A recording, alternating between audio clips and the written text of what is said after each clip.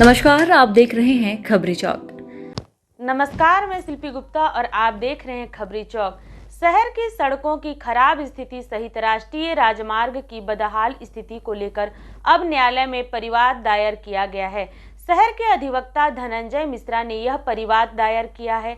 क्या कहा उन्होंने, इस पर सुनिए।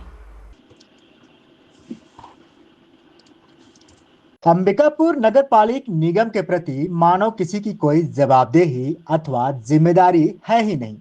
कहने को तो 48 वार्ड हैं और इतने ही पार्षद भी हैं, लेकिन बड़े बड़े नेता जब पार्षद बन जाएं तो फिर वे वार्ड का ध्यान तो तभी दे पाएंगे जब बाकी चीजों से थोड़ी राहत मिल जाए। यही हाल है अंबिकापुर का। यहाँ के दोनों ही प्रमुख राजनीतिक पार्टियों के बड़े नेता पार्टी के टिकट पर चुनाव जीतकर पार्षद तो बन जाते हैं, लेकिन निगम के प्रति अपनी जिम्मेदारियों का कितना ख्याल रख पाते हैं, लोगों को कितना साधन सुविधा उपलब्ध करा पा रहे हैं, इसका अंदाजा इससे लगा लीजिए कि पिछले कांग्रेस के प्रदेश सरकार के दौरान इस नगर निगम के कई बड़े चेहरे जिनके इशारे पर यहाँ की निगम चलती है, वे सरकार में बड़े ओहदेदार थे, लेकिन इसके बाद भी निगम के लिए कुछ खास नहीं कर पाए। पूरे 5 साल जनता एक अच्छी सड़क के लिए तरसती रही, लेकिन कभी कभार बहुत मुश्किल से पैच रिपेयर हुआ भी तो वह 4 दिन बाद ही उखड़ जाता है। एन विधानसभा चुनाव के दौरान वोटिंग के 5-6 दिन पहले निगम के क्षेत्रों में कुछ सड़कों को चमकाने का कार्य जरूर शुरू हुआ, लेकिन वे भी उखड़ गए। अभी भी शहर की अधिकतर सड़कों का हाल काफी बुरा है। यहाँ के लोग धूल फाकने को मजबूर हैं। अब प्रदेश में भाजपा की सरकार आ गई है, लेकिन यहाँ से भी कुछ खास नहीं हो पा रहा है। इसी निगम के एक पार्षद को भाजपा सरकार में बड़ा ओहदेदार बनाया गया है। इसके बावजूद भाजपा की सरकार भी निगम के लिए कुछ खास नहीं कर पा रही है। सड़कों का हाल आज भी बड़ा खराब है। लोग परेशान हैं, लेकिन कहें तो किसे, बात करें तो किससे? कोई तो हो ऐसा जो सुने और कार्य हो जाए। यही हाल शहर के अगल बगल से होकर गुजरने वाली राष्ट्रीय राजमार्गों का भी है। शहर की इन्हीं खराब सड़कों और उससे हो रही समस्याओं के खिलाफ अब न्यायालय में शहर के अधिवक्ता धनंजय मिश्रा ने एक परिवाद दायर कर दिया है। इसमें राष्ट्रीय राजमार्ग के अधिकारियों और निगम आयुक्त को जिम्मेदार ठहराते हुए 2 लाख रुपए मुआवजे की मांग भी की गई है।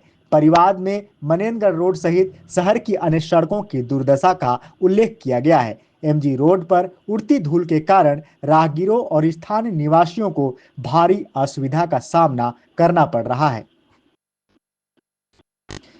खराब सड़कों के चलते दुर्घटनाएं बढ़ रही हैं और स्वास्थ्य समस्याएं उत्पन्न हो रही हैं।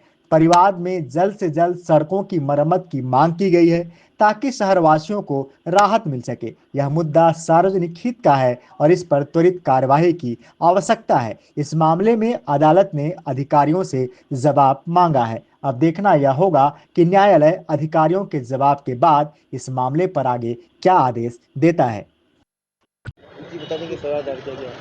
देखिए, यहाँ पर क्या है, सड़कों की हालत बहुत ज़्यादा ख़राब है और नेतागण हों, चाहे शासन हो प्रशासन हो, लगातार आम लोगों को से झूठ बोल रही है कि अभी रोड बनना शुरू होगा, अभी 1 महीने के बाद शुरू होगा, इसका बजट आ गया है। कभी हम अखबार के माध्यम से सुनते हैं कि बजट कम आया है। इससे तंग आकर आखिर में मैंने कल स्थायी लोक अदालत में एक परिवाद लगाया है। एनएच के अधिकारियों और निगम आयुक्त को पार्टी बनाया है मैंने, और उनसे 2 लाख रुपए क्षतिपूर्ति की मांग की है, क्योंकि उनके इस उदासीन रवैये के कारण मैं प्रतिदिन परेशान हो रहा हूं और साथ-साथ में पूरी जनता जो है वो परेशान हो रही है।